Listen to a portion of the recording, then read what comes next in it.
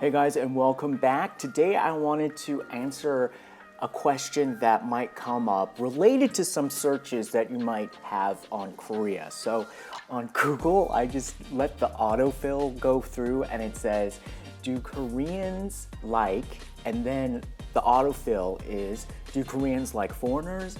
Do Koreans like Indians? Do Koreans like Japanese? Do Koreans like Filipinos? Do Koreans like Chinese? So I think what's happening is that a lot of the fans from the K-pop, K-entertainment are wondering, like, we really like Korea and Koreans, but do they like us back? Well, before we go into these, because this is a little bit complicated and I really want to think about that a little bit more, I want to address do they talk behind your back if you meet them? Are they talking about you? Or it seems like they're always gossiping about someone or something. What's up with that? So, yeah, we're answering the question, do Koreans talk behind your back?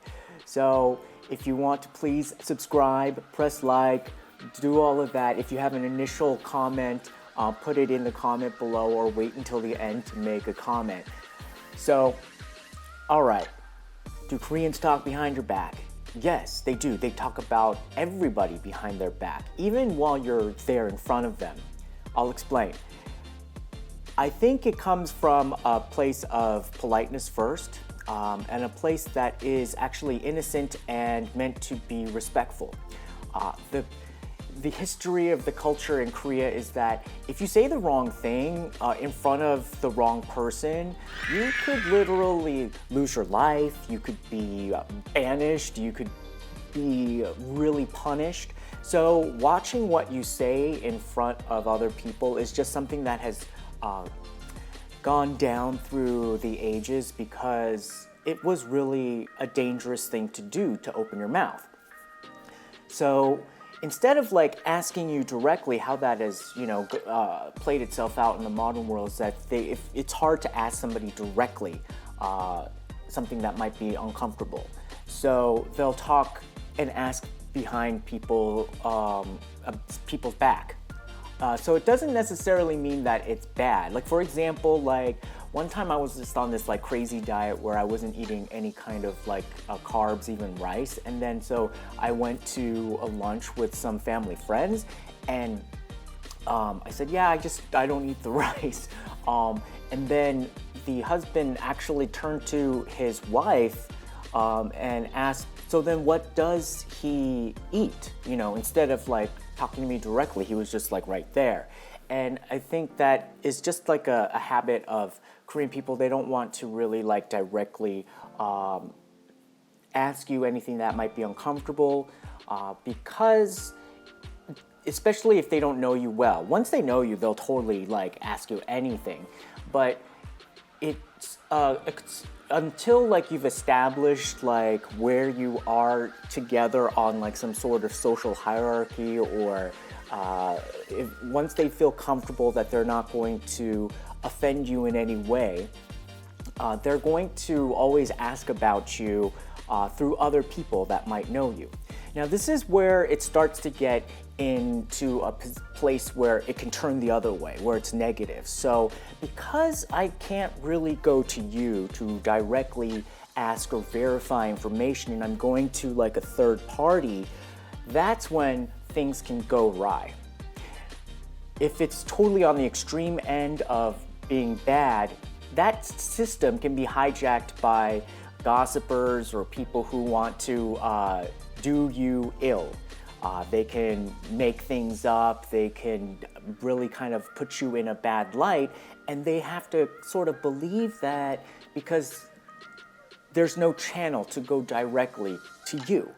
And so sometimes you wonder wow, you get a sense of what people are assuming or thinking, and then you're well, that's way off the mark, and then you're kind of thinking oh, okay, where did they get that from? So in that sense, that could go bad. Another way it can go bad is that there's jealousy, and so people can really talk ill of you or want to hear something that's ill of you because they think it's fun or it makes them feel better.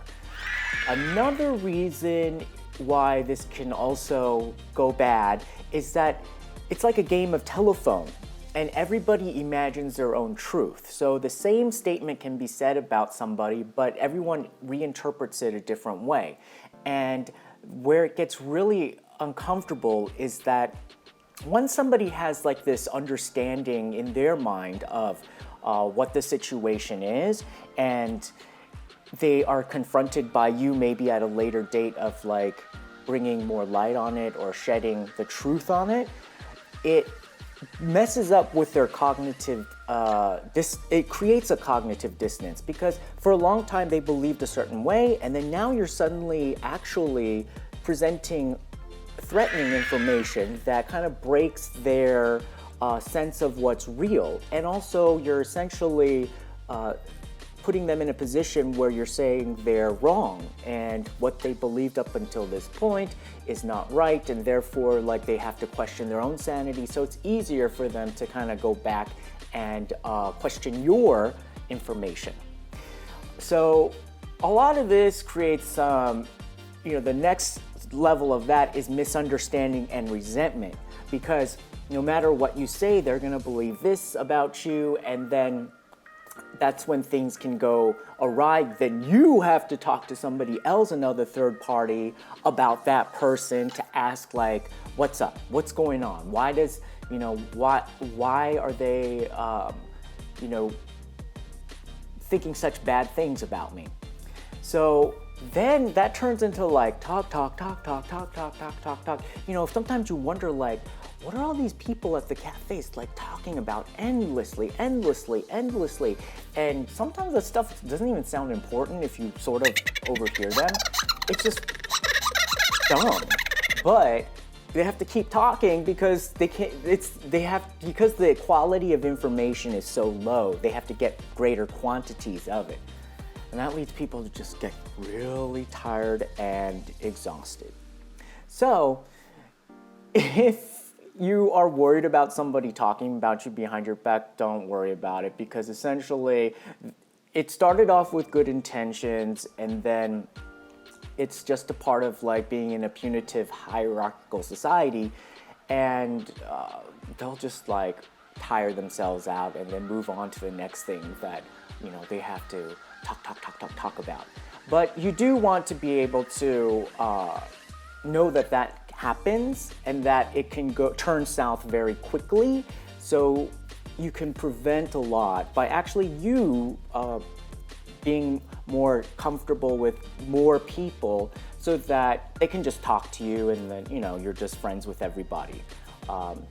That I think generally is a better way to go if you want to actually be proactive about it, but you're not going to have the perfect relations with everybody, because there's some people who just want to just talk no matter what, and those are the people that you really have to be careful of.